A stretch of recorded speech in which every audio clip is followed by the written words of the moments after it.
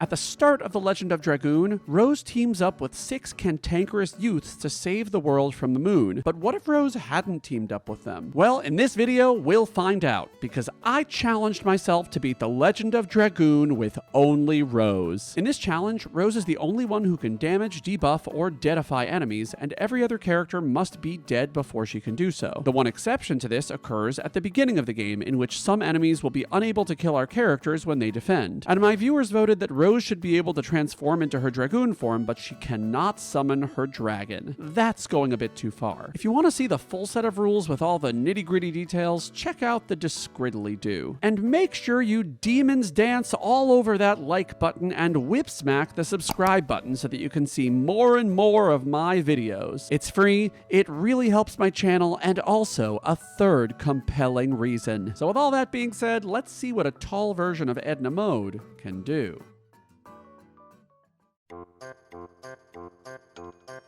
While we get a brief glimpse of Rose at the beginning of the game, she observes the party for a while before offering help. Shanna gets kidnapped, Dart and Lavitz save her, Shanna then destroys a snake with her mysterious god powers, proving that she didn't need them in the first place, and we head on to the stronghold in Hoax. This area provides a little bit of a challenge for our team. Experience in this game is shared between all characters in battle, but I foolishly allowed Shanna to get all of it by killing off Dart and Lavitz. And I didn't purchase any new armor for the pair, so they die to a flamey thing. I use the rewind button to try these battles again, and I do get a bit farther. I actually reach the battle with Kongol, but as an enemy, he's too fast and strong, and I die again. So I ultimately head back to my last save right before the snake boss. I make sure that Lavitz and Dart get some experience this time, and I grab them some armor in town. Then it's time to go back to Hoax. And at this time, I'm able to weather the storm. Kongol gets smashed, Dart activates his Dragoon spirit, and we finally add Rose to our party.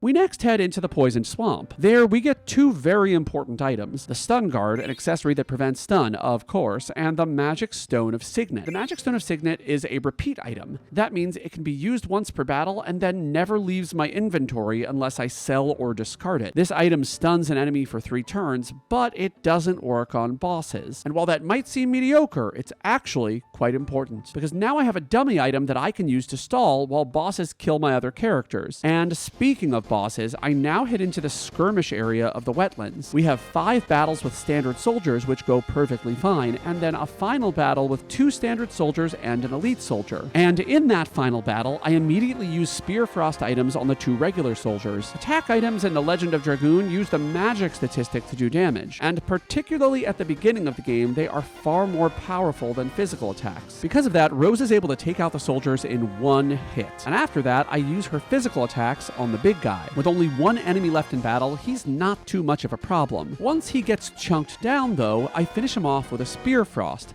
because enemies at half health are extremely dangerous. But we'll talk more about that a little bit later. I grab a Stardust from the barracks, and then we head back to Bale. And there we meet up with Martel. Martel has a number of useful items, and all she wants from you in exchange is your Stardust. And since we have 10, we can acquire her first reward, the Physical Ring. This item increases Rose's HP by 50%, which will patch up her bulk quite nicely. So with that, it's time to head into Volcano Velude, where we fight the first real challenge of this run, Virage. Virage is a non-elemental boss and has 3 components: the body, the head, and the arm. The arm does just one thing: it hits for physical damage. The head, by contrast, can do a ton of non-elemental damage with its eye, and the body can inflict a number of status effects, all of which can make Rose's life much worse. But before this battle, I make a huge mistake. I equip Rose with a Panic Ring, which prevents the Fear status. Fear doubles the damage taken and halves the damage dealt, making it a full stop if Rose gets afflicted with it. And even though I prevented this status, she no longer has the Physical Ring equipped, which means that her HP is now far less. And this is really bad. Given how much damage Virage can do in 1 turn, I consider it my job to take out the arm first. And I do that with attack items.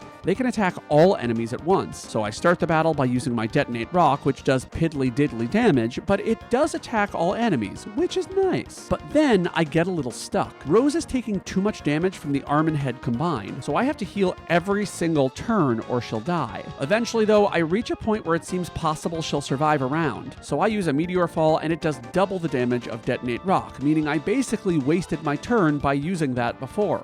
And that attack destroys the arm. Rose heals, and then I use a Meteor Fall before the arm is revived. It depletes most of her health, and then I have Rose transform into a Dragoon. This allows her to use her Astral Drain attack, which I call Butt Blaster, to destroy the arm and to heal herself with the drained health. This works, I heal some more, and then the body casts Dispirited on Rose, making it so that she can't gain any more Dragoon points and therefore cannot transform. And normally that wouldn't be an issue, but Rose's Dragoon form is now her only way to both deal damage and heal at the same time, so that's not great. But I use another Meteor Fall and take out the arm one more time, and the head lasers me once again, but it's not enough to take me down to critical health. However, I hit with one more Meteor Fall, taking out the body. But now I have a problem. I'm out of healing potions, so I use the Defend command to get back some health and take out the arm with another Meteor Fall. But now I'm at critical health, and the head hits hard with a laser beam, and I die. But I know what mistakes I made, so I'm able to rectify them. I equip the Physical Ring instead of the Panic Ring, meaning as long as Rose doesn't get inflicted with fear, she should have enough health to weather the storm. And this time, I do not bother using my Detonate Rock. Instead, I go straight for Meteor Fall, taking out the arm right away. This gives me a nice head start, and then I use my Attack Ball. This item uses an attack item at random, and I get very lucky. It uses Night Raid, a powerful dark elemental attack, but then the body uses the Wavy Status attack, and I am terrified of what might happen. And what happens is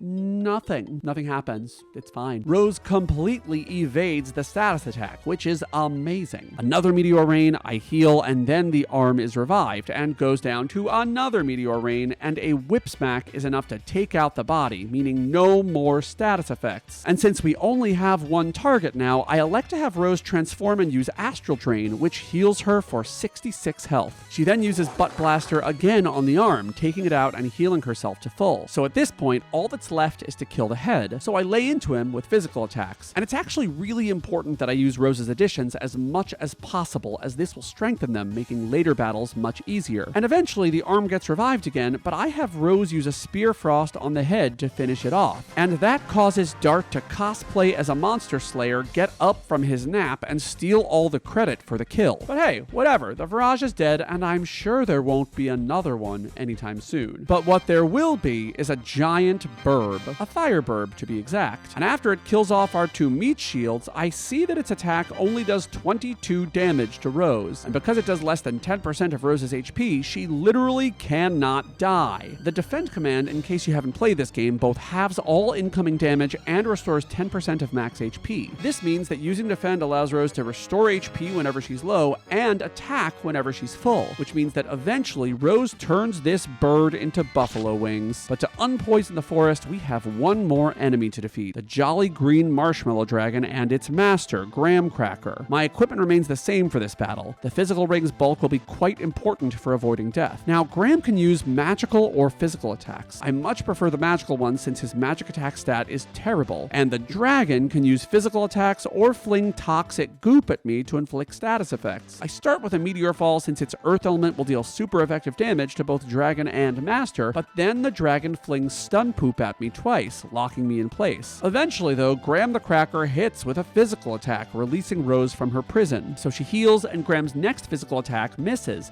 allowing Rose to strike the dragon with a super effective pellet attack. It raises its attack, Graham uses a pretty weak area of effect magic attack, and then the dragon stuns Rose once more, which is bad news. But a physical attack from Graham revives her, and the dragon now chooses to poison her instead. This means she can no longer be afflicted with stun, which is great. However, poison removes 10% of her health each turn, meaning she now only breaks even on HP recovery with Defend commands. But Graham the Cracker misses his next attack, and this allows Rose to finish off the JGD with another pellet. And honestly, this Cinnamon Toast Confection alone is kinda lame. He has no status effects, and the damage he can deal is kind of weak. The poison that the dragon inflicted earlier does complicate things, but I use use a body purifier to cure it, and that means that Graham can't do much to Rose at all, so it's only a matter of time before she whip-smacks him in the face, taking him down. And with his death, we get the green Dragoon spirit, which will go completely unused for the rest of the game. But unfortunately, echoes of the green dragon remain. The green dragon has left poor Shapoopy poisoned and bedridden,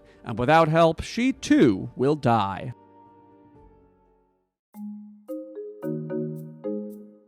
To cure Shanna of her poison, we need to get the Dragoni plant from Shirley's domain. And despite the fact that that's a completely unoriginal name for a plant in the game called The Legend of Dragoon, we need to fight our way through Shirley's bodyguard Drake to get it. And Drake's battle is completely gimmick-based. In Phase 1, he throws out 3 bombs that can explode and damage the party. Fortunately, this guarantees Dart and Lavitz's early death, so I let Rose defend and recover while the bombs approach and kill the boyos. And once they are dead, our Dark Lady goes to work. Drake is a green elemental, so a pellet does a ton of damage to him. And after a powerful whip smack, he throws out 3 more bombs, so I use a light elemental dancing ray attack to take them out. And another pellet strike takes him below a quarter health and into Phase 2. In this phase, he casts a web that can block my physical attacks. However, it does not stop magical attacks. So a cyclone, a couple of whip smacks, and 2 meteor falls are enough to shove him out of our way. Interestingly, I get his rare drop, a bandit ring. That increases the speed of a male character by 20. But since men are banned for this run because they're dirty and sinful and gross, this item is totally useless.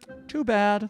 So sad. And of course, since Drake was guarding Shirley, it makes sense that we should fight her next. The first task, of course, is to get Dart and Lavitz deaded, and fortunately, attacking her forces her to use an AoE light attack. But once that happens, defeating her is just a matter of answering her very nosy questions. And she yields a crap ton of experience for Rose, and gives us the white-silver Dragoon spirit. But even better, in the treasure vault behind her, we get Rose's next weapon, the Demon Stiletto. Not only does this weapon deal more damage, but it also has a chance of inflicting the fear status on any enemy Rose attacks. It doesn't work on bosses, but that effect is still super useful. So we equip her with it and head back to Lohan. And apparently we didn't need the Dragoni plant at all, because the white Dragoon spirit is enough to cure Shanna of her poison. Yay.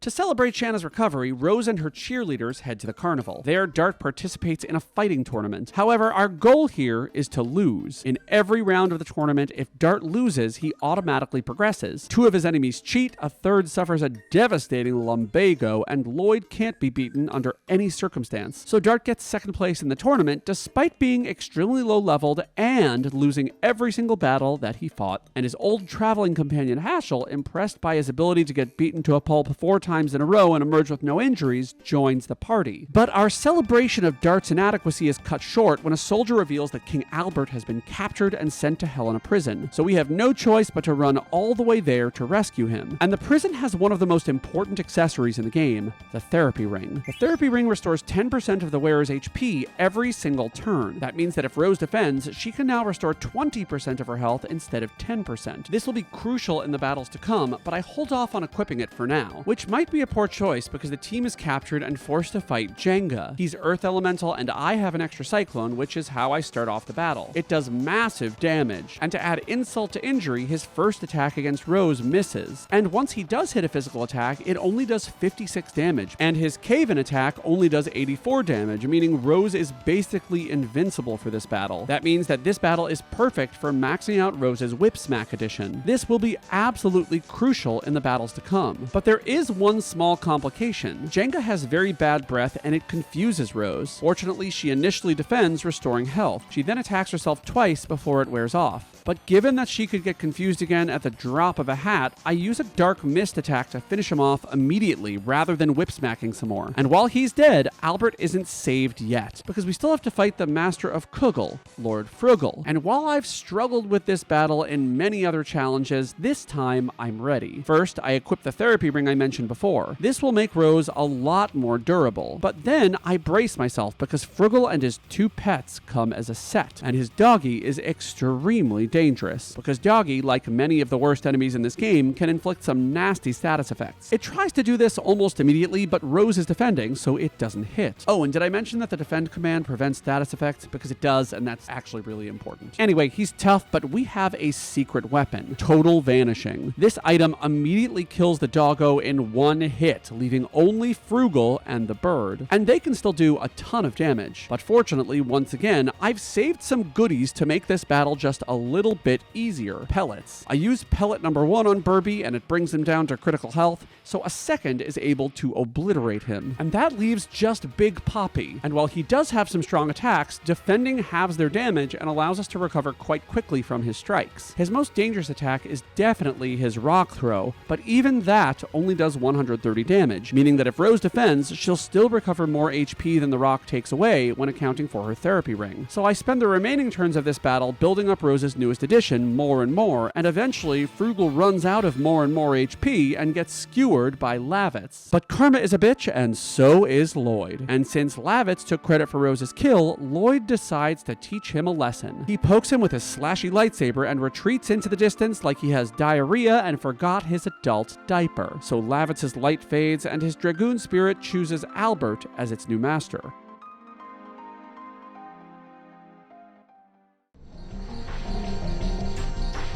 Frugal may have been Krulgal, but he's not the root of the problem. Emperor Dole is the apparent mastermind behind all of the enemies we've had to fight, so we have no choice but to fight him. We head through his castle, which has a bunch of mandatory and boring battles, but no items of note, and teach Shanna what holes do. But one person in the castle knows everything about holes, and he's after ours. And interestingly, Kongal's new armor gives him much more speed than he's had in previous battles, so he often gets 2 strikes in a row, and his physical attacks are quite powerful enough to get Rose down to 80 HP, but a healing potion rescues her from death. I then defend to get her back to full health, and I continue whacking away with more and more. And by alternating defending and attacking, she's eventually able to run him through. But then, we're on to the big kakuna, Uncle Pineapple himself. His physical attacks are laughable and only do 72 damage each to Rose, meaning she heals them off without trying. But after Rose smacks him down a bit, Uncle Pineapple reveals his trump card. He transforms into the Lightning Dragoon. But even this strengthened form has some issues. His strongest attack, his unnamed lightning attack, does about 130 damage to Rose, twice as much as she can heal. And his physical attack does a little more than half of that. But Papa Pineapple never gets 2 attacks in a row, meaning his strongest attack really only has 1 effect. Wasting my time. But Papa Dole is wise to this and eventually figures out that he's losing. And at this point, he starts using magic attacks. His single target magic attack demolishes almost a third of Rose's health. So while great care can prevent my demise, I can easily lose track of what's happening. But the worst part of this battle occurs when Dole hits critical health. He erects a shield that prevents all damage, which once again doesn't change the amount of damage he does, but does waste my time. So while it's up, I have Rose defend, restore her HP, and have all incoming damage. But once the shield is down, it's time to strike with more additions. And eventually, I get bored, hit him with a Spear Frost, and take down Dr. Tropicana. So as his blood drips out of his body, he yields his Dragoon spirit to Hashel, which we will not be using at all.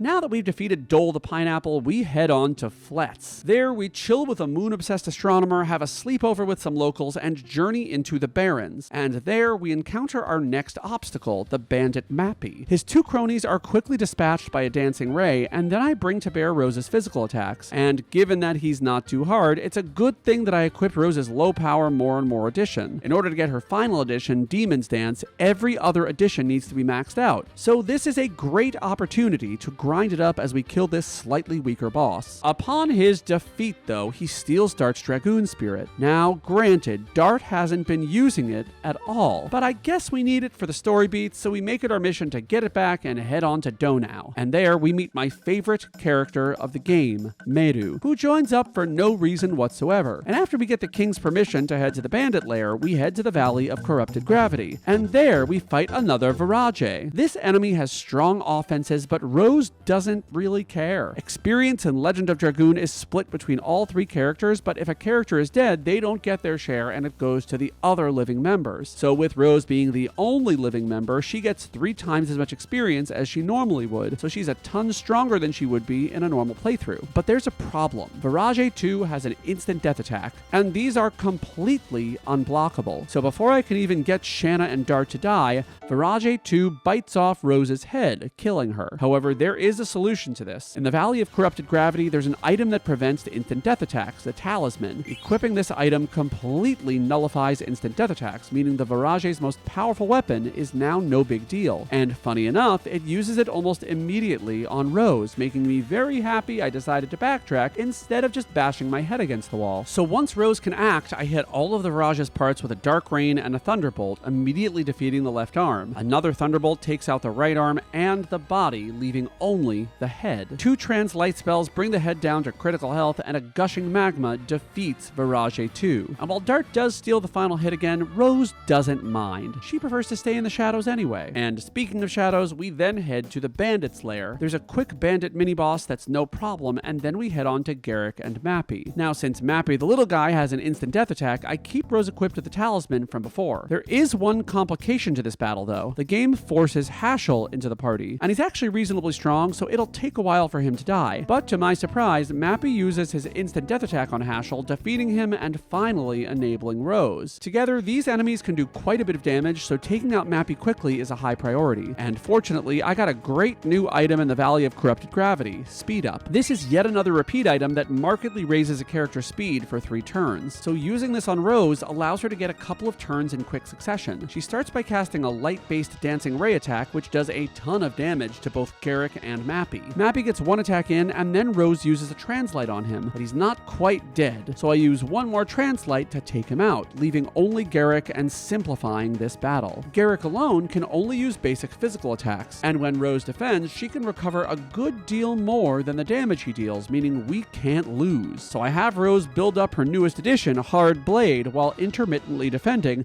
and Garrick soon runs out of health. This time, Haschel steals the final blow, but once again, that's just a performative gesture since Rose did all the work. But upon his death, Garrick reveals that the bandits have replaced Princess Emile with an imposter. So we grab Dart's Dragoon Spirit from storage, and it's now time to rescue the princess and fight another boss. One of the hardest bosses in a casual playthrough of this game, Linus. Oh, and also Kongol joins our party, and he's big and handsome, and I love him. So, Linus. She's best known for having strong water magic attacks that can destroy Dart, but Rose takes neutral damage from those and should do pretty well. I also have Rose re-equipped with a therapy ring, meaning she'll periodically recover HP during the battle and can defend to speed up that process. At the start of the battle, Linus mainly uses physical attacks, and I quickly realize that these aren't too threatening, so I whack her with my Hard Blade additions and wait for her to hit 50% HP. At this point, she starts using magic attacks. She starts off with a Blizzard attack, and this doesn't do too much more than her physical attacks. But her most dangerous attack is her single target ice attack, which does about a quarter of Rose's health. But even that isn't too threatening. So as you might expect, Linus poses no threat to our Supergirl and gets utterly destroyed. Huge success. But unfortunately, rather than die, she simply flies away, so we hop onto a boat at Donau. And by the way, the ghost ship is the most annoying part of this game. The first obstacle is Lumpy Space Ghost number 1. The LSGs can deal some awful status effects when at low health. They can stun lock or confuse my characters and force them into an early grave. But they have one weakness. Because they're considered normal enemies, the Magic Signet Stone can paralyze them for 3 turns. That, combined with a speed up item, can give Rose multiple unimpeded turns. So after a Thunderbolt, I use both items and hit the LSG with 3 hard blades, killing it before it can act. And joyfully, after this battle, Rose unlocks her final and most powerful addition, Demon's Dance. But next, we fight an even more difficult battle with 3 lumpy space ghosts. But this battle too has a strategy to it. I once again use my Magic Signet Stone and speed up items, and then I use a Dancing Ray to damage all 3 at once. Fortunately, this does not bring the LSGs down into low health yet. They get a turn, and I use a second. This brings them down to less than a quarter health, and the only one that gets a turn is the one I've paralyzed, which is pretty great luck. So I use a final dancing ray to kill all 3 at once, avoiding their status effects and getting the win. The most difficult battles of this game are officially over. Or at least that's what I thought, because I accidentally get into a battle with some will-o-wisps and a Grim Reaper. And the Grim Reaper uses an attack I wasn't expecting, an instant death spell, which immediately defeats Rose, ending my run of the ghost ship, which is hugely disappointing. So after picking myself up off the floor, I avoid the battle entirely, because there's no way I'm taking a risk like that again. And now it's time for the boss of the ghost ship, a set of ghost knights who are acutely unhappy about Rose's presence. Before I head there though, I grab some light elemental dancing ray spells from the shop. And you'll see why in just a second. The gimmick of this fight is that the lesser phantoms will revive themselves until the big one is dead. But since these enemies are dark elemental, I've set myself up perfectly to defeat them. My first dancing ray spell takes out all of the lesser knights in one hit and does great damage to the main boss. Then, before they can revive themselves, I use a translight item to do a ton more damage to the big guy. After this, the small phantoms come back to life, and one more dancing ray spell takes out all 5 enemies. That ends this battle in 3 hits total. And with that, Rose's haters are destroyed. But unfortunately, she and Dart fall off of the ghost ship, leaving them isolated from the rest of the party. But this separation is short-lived. We meet up with our friends in Fueno, and we ultimately catch up with Linus on Prison Island. And the battle with Linus and her dragon is special, to say the least. Wriggle is extremely weak against magic, so I start by attacking with Gushing Magma, dealing great damage to both enemies. I then use 2 burnouts on the lizard, followed by another Gushing Magma, which is enough to utterly destroy him. And from there, the damage Linus herself can do is pitiful. So I focus on using Rose's new Demon Dance edition, and in just a few more physical attacks, Dart is ready to copy off my paper and finish her off. And in turn, Linus yields the Blue Dragoon Spirit, so I put this useless rock into my collection and chase after Lloyd yet again.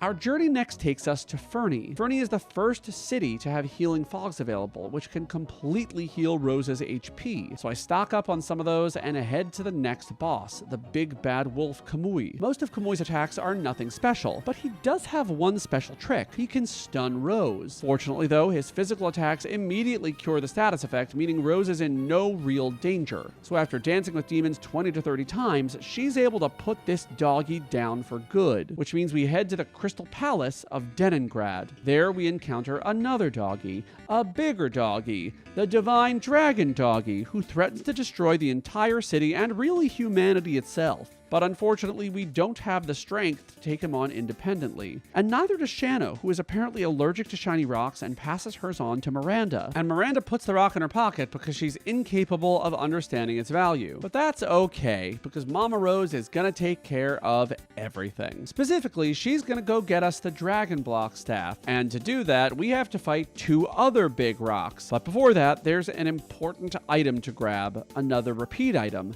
Power Up. And similarly to the Speed Up item, this increases attack and defense power for 3 turns after its use. But anyway, the first rock we need to fight is no rock at all. It's another Virage, and I'll spare you the details because after 10 turns, this Virage blows itself up. However, I do get in some more demon stances. This Virage can't counterattack, so it's pretty easy to grind it up more. And I also do something important to prepare for the next battle. I make sure to use up all of Rose's Dragoon points by transforming her. You'll see why that's important very soon. So the Virage blows up, and it's time. Now we really do have to fight a rock, specifically the Grand Jewel. The Dragon Block Staff is embedded in this monster, and on its turn, if anyone is Dragooned, it will activate that staff and weaken Dragoon magic. But because Rose only has 1 Dragoon level, she can transform, strike, and then immediately revert, avoiding this effect completely. But what I realize immediately after transforming is that Rose's Demon Dance edition does more damage than her Dragoon edition, meaning there's very little reason to transform into a Dragoon anyway. But I do have her transform 1 more time so that she can use her healing Butt Blaster attack. But that fart does even less damage, so for the rest of the battle, I focus only on physical attacks. The rock does have one more trick up its sleeve. It can use a random clocky thing to decrease Rose's level, and while this is a dangerous trick, there's only one attack that scares me, his Spectral Flash attack. In a normal playthrough, I've been completely wrecked by this attack, but this time it does less than half of Rose's health. So while the rock, in a last-ditch effort, heals itself, it is no match for Mama Rose, who uses the power of Evil Ballet to clutch the victory, which means now it's time to fight the Dragon Daddy. But before that, can I have the cat? But before that, I have just a spot of complaining to do. The pacing of this part of the game bites. I literally only fought 4 bosses this entire stream, and that took 3.5 hours. There is just so much exposition. Anyway, back to work. Heading into the Divine Dragon Mountain, there are 2 items I desperately need, and both are conveniently right on the path to the Divine Dragon. The first is the Dragon Helm, which will increase Rose's HP by 50% and will be her helmet for almost all of the rest of this playthrough. And the second is the Speed Down item, which very quickly decreases speed, 3 turns, yada yada yada, just like the other ones. And when we start the battle with the Divine Dragon, the Dragon Block Staff activates, weakening him, and then we start off by using all 3 of our booster items. My first attack is a Night Raid, which is a powerful darkness magic attack, but unfortunately, after I do that, a huge problem arises. The Divine Dragon uses its noodly doodly wibbly wobbly woobly attack, which causes the Fear status. So now Rose does half damage and takes double, which will really complicate things. But I figure the best course of action is to take out the dragon's appendages, so I use a downburst to attack all 3 parts of the dragon. And fortunately, the appendages are immediately destroyed. But it's not over yet, because the body itself has extremely strong magical attacks, so I have to be very careful now that I'm taking double damage. And yet the damage the Divine Dragon does is kind of underwhelming. Rose has almost 3,000 HP, and the dragon's attacks do under 800 damage apiece. Add to that the fact that Rose recovers about 300 damage each turn, and you can probably see that the dragon is going to have a lot of trouble killing Rose despite her huge disadvantage. Insane. And so after the Demon Ballet completes, Dart once again steals the credit for Rose's kill, and Lloyd, more importantly, steals the Divine Dragoon Spirit. And actually more importantly, Lloyd kidnaps Queen Teresa.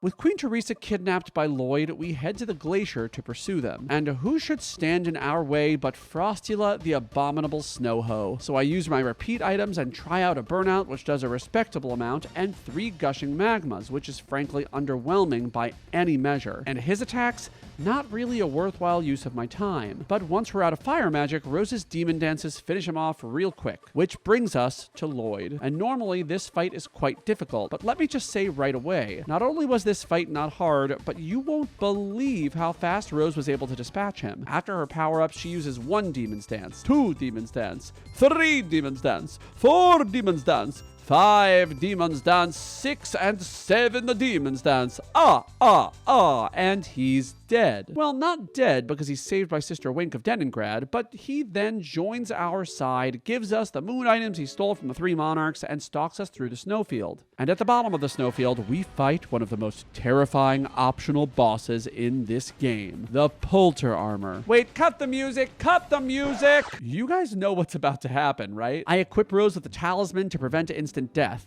Albert and Dart die, and this enemy brings out his trump card, Command Blocking, and he blocks Rose's physical attacks, which is a huge mistake, because that means she can now use items to boost up and begin the slaughter, starting with 2 light-based Dancing Ray attacks, which immediately kill the helmet, releasing Rose's physical attacks, and the sword, which fruitlessly uses an instant death spell as its swan song. And just 1 Demon's Dance is enough to finish off the Polter Armor. 3 units, 3 hits. And this battle gets us 2 new items. The first one is the Soul Eater, Dart's most powerful weapon. And you might think this item has no use in a Rose-only run, but you'd be wrong, because the Death Eater deals 10% of Dart's HP and damage to him every turn. That means I no longer have to wait for an enemy to kill him. The Soul Eater will do it for me. But more importantly, I get the Smoke Bomb. And with this item, I can now run away from any battle without fail. And while that's the final boss of Disc 3, we have one more thing that we need to talk about. Spoiler warning if you haven't played this game. Skip to this timestamp if you want to avoid the spoilers. The Legend of Dragoon starts out with Dart searching for the Black Monster, a creature who every 108 years kills the Moonchild. Yes, a literal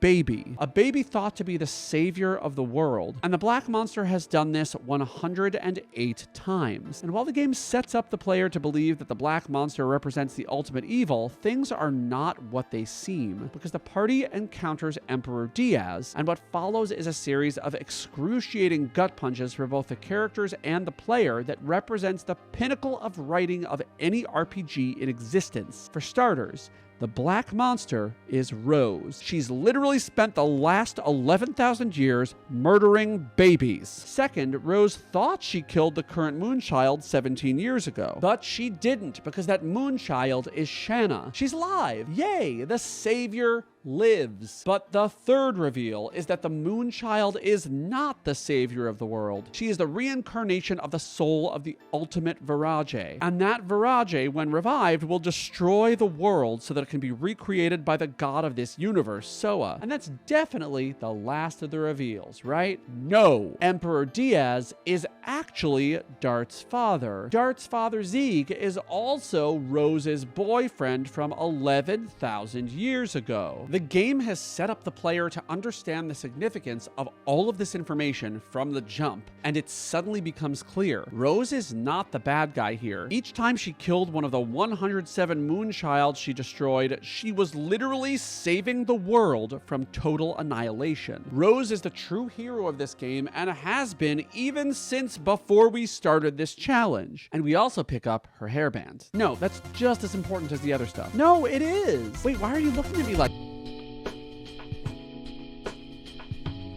After the shocking revelations of the prior chapter, we head to the Death Frontier. There, we grab the Gladius, another weapon for Rose, and the Power Down repeat item, completing the quadrifecta of booster items. We then head to Ulara, where the mission is solidified. We need to head to the 3 Wingley cities, but since we have no idea where they are, we head to the city of Rogue first. And before I head into the first Wingley city, I grab the final Stardust in Rogue. Stardust will allow Rose to take on the super boss Faust. I realize at this point that I'm missing 3 pieces of Stardust, so I'll have to backtrack later. And for now, we head to Aglis, the magical Wingley city. And there's an important item here. By completing the Trial of Courage, we obtain the Psych Bomb X, a repeat item that is the strongest magical attack item in the game, which is useful because our next opponent is the Kraken. I use the booster quadrifecta, Psych Bomb X, a Burning Wave spell, and then lay into him with Demon Dances. And those actually do more than the Burning Wave spell. And I do miss the third one because I have Butterfingers, but the fourth Demon Dance defeats the Kraken. But the explosion from its demise destroys the Signet Stone in this area, and we try to save the next one in Xenobatos. So after we modify the law so we can access it, I do a little bit of preparation. I mentioned that Rose's hairband would be important, and I was not lying. We equip that and the D-Stone amulet, which prevents petrification, and we head on in. And after the booster quadrifecta, I do something I couldn't do in any of my other solo runs. And those, by the way, are linked in the Discridly-Do. I cast Psych Bomb X. This kills the Grim Reaper dude, which causes him to use an instant death spell. And because we attacked the winged one with magic, she tries to petrify us. But because of Rose's hairband, we were immune to both of these status effects. I next use a Fatal Blizzard, which takes out big guy number 2. And then the winged one confuses Rose with her siren song. But fortunately, Rose defends and then tries to run away instead of attacking herself. But once she's back to her senses, she attacks with 1 Demon's Dance, which I fail,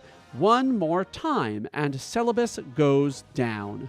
3 attacks. It took 3 attacks to take down this entire team of bosses. Go Rose! Which brings us to the final area before the big tree, the Death City Mayfill. There we have a few optional bosses to fight. The Green Dragon, which is melted away very quickly by 2 Gravity Grabbers, and the Blue Dragon, which is destroyed by a Psych Bomb, a Gravity Grabber, and 1 1/4 Demon's Dances. And finally, we fight the Divine Dragon again, and this time he's actually more threatening. Its Divine Dragon Cannon can deal 1/3 of Rose's health, but that's not enough to demolish our Demon Dancer, and she bonks this dragon to death. And there's one more friend we need to fight before we head into the big ass tree, Lavitz. We thought he was dead, but in fact he isn't.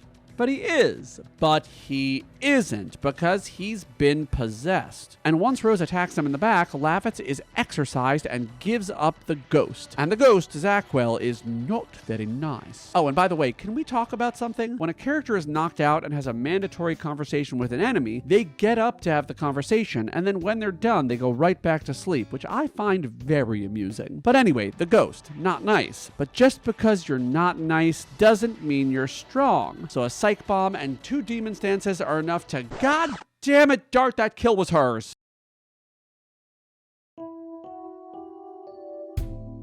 And given the frustration of persistent patriarchal plagiarism, I close up shop and take the rest of the night off before the final stream session. And return I do. Daddy destroys the final signet and we head into the big-ass tree. And our first boss is a big bug, which is no big whoop. Its first phase is not at all threatening and the second phase can't attack, so the big butterfly is the only real threat. But she's really just a big loser who suffers a big and painful death at the hands of Big Mama Rose. And what follows is a series of solo battles before the grand finale. Miranda fights a flower, Haschel bashes his baby girl after she bashes him, big sad for this death right here, Kongal slays his sibling, and then Rose takes over. She has a duo battle with Dart against her dragon Michael. And this battle is hilarious, because Rose, with her black Dragoon armor, takes no damage at all from Michael's attacks, making her effectively invincible. So once she reveals Michael's weakness to Dart, she of course just destroys the dragon herself. And finally, a battle where Dart doesn't take all the credit. Anyway, Albert then dicks down Dole. Wait, that's kind of weird. That's his uncle. Forget I said that. Meru destroys the Angelic Mafia, and finally, we're back to Rose. And Rose now has to fight yet another Virage. And this battle is the most one-sided yet, because a Psych Bomb X and just one Spectral Flash take out this enemy in 2 hits. But of course, this leads up to the hardest battle in Rose's life. The battle against Rose's 11,000-year-old ex-boyfriend. And it is a hard battle only emotionally, because a Psych Bomb and 3 Demon Stances makes Rose feel a lot better about her relationship. But then we head on to the final battle. And if you've made it this far in the video and you're loving it, please consider becoming one of the Tantacles. The Tantacles are my channel members and they support me financially and help make these videos possible. For just $5 a month, you can watch my videos early and help me make more and better content. But even if you can't support my channel financially, thank you for being here. Thank you for clicking on this video. Thank you for watching this video until the end. It really means a lot to me. I never thought I could make this many people care about a 25-year-old RPG, and I'm so excited that you do. I appreciate each and every one of you. There's just one more boss before Rose's fight can come to an end, Melbuframa. But fortunately, Rose now has access to the most powerful sword in the game, the Dragon Buster. Her physical attacks are now even more powerful, meaning this battle is going to be fun. I also make sure to equip Rose with a couple of things. The Phoenix Plume, which will prevent the confusion status, and the D-Stone Amulet, which will prevent petrification, both of which this enemy can inflict. The first phase is just another monster and it's 4 Tantacles, and as soon as my allies are asleep, it tries to petrify Rose and fails. I use the 4 boosters as usual and then hit with a Psych Bomb and 2 incredibly powerful Demon Dances, which takes us into the boss's second phase. Rose immediately gets in another 2 Demon Dances before this form can act, and her incredible damage allows her to progress into the next phase before this one can act at all. And the third phase takes just 7 Demon Dances to head into the next phase, and Rose thus far has only had to heal 1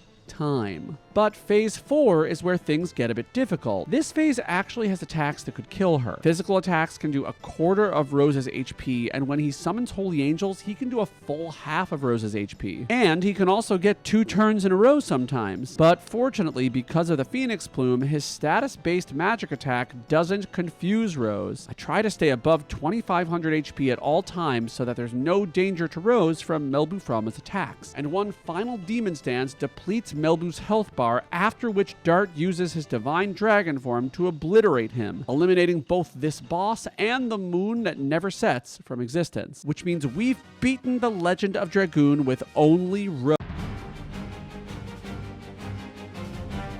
To truly beat this game, we have one more challenge: the super boss Faust. Off stream, I hung out with the Tantacles in my Discord server to gather the rest of the Stardust. I then equipped Rose with her black Dragoon armor, the Dragon Helm, and the Therapy Ring, and I headed into the battle. Faust always starts off with a huge attack that does 1/3 of Rose's damage, but after that, I can use the Booster Quadrifecta followed by Psych Bomb and start hitting with Demon Dances. When struck, Faust will always counter with magic of the character's element, meaning Rose's Dragoon armor will prevent one of his counterattacks from hitting. He He also can use magic of any color, so I can get very lucky if he uses another black spell. But there's a problem. At 1/2 health, he uses a massive attack that deals about 3,000 damage to Rose if she's unboosted. And on top of that, he gets several more attacks before she can heal that allow him to take her out. And I know what went wrong, so I leave the battle so I can finish it with my amazing YouTube audience later. So after I defeat Melbuframa, I head back to Faust's lair. But instead of fighting him right away, there's another group of friends that needs my help. They're Dragoon spirits of old. They were not hard, but they did give Rose a couple of levels which are very important for boosting her HP more. And I feel better now since we freed Rose's old friends from purgatorial constipation. But then it's time to head back into the final battle with Faust. Before I do that though, I change up Rose's equipment. Because Faust gets so many more turns than Rose, the therapy ring isn't a great choice. Instead, I equip Rose with the physical ring to raise her HP to 7,500. And while I'll definitely have to heal her manually throughout the battle, she'll have a much better chance of surviving some big attacks. So I head back in. So Faust immediately starts the battle by hitting with his big attack along with a spectral flash, which Rose is weak to, and I go to work boosting. Once the boosts are up, I hit hard with Demon's Dances. The first does 5,000 damage, but after that, I can't seem to complete one. Faust often counters on Demon Dance's third hit, which is incredibly hard to break through. Because of that, I do reduced damage, and when Faust gets to half health, Rose is unboosted. In addition, no pun intended, she only has 5,200 HP. His big crystal attack deals almost 3,000 damage, his physical attack does 500, and his gravity grabber brings her down to a measly 200 HP. But she finally does get a turn and she's able to heal. But then I make a huge mistake. I attack again when Rose is at 5,000 HP, and her attack takes Faust down below a quarter HP, and his counter at this threshold does almost 3,000 damage to her, and then his subsequent two attacks just barely take her out. But I'm no stranger to stupid levels of persistence, and I try again. Same setup, but this time I manage to hit my Demon's Dances, and Faust gets to below half health with her second attack. That means she's still boosted, and that reduces the damage of his big attack to about 700. So Rose can then heal and attack some more. And I wait until Rose has over 6,000 HP to get Faust down below a quarter of his max health. This means she survives his huge counter and can heal once again, albeit at critical health. At this point, I hit a full Demon's Dance combo, and Faust deals only moderate damage to Rose with his next set of magical attacks. So I have Rose heal and hope for the best, and she gets a second turn in a row, and her final attack defeats Faust, and that puts her in the solo run A tier.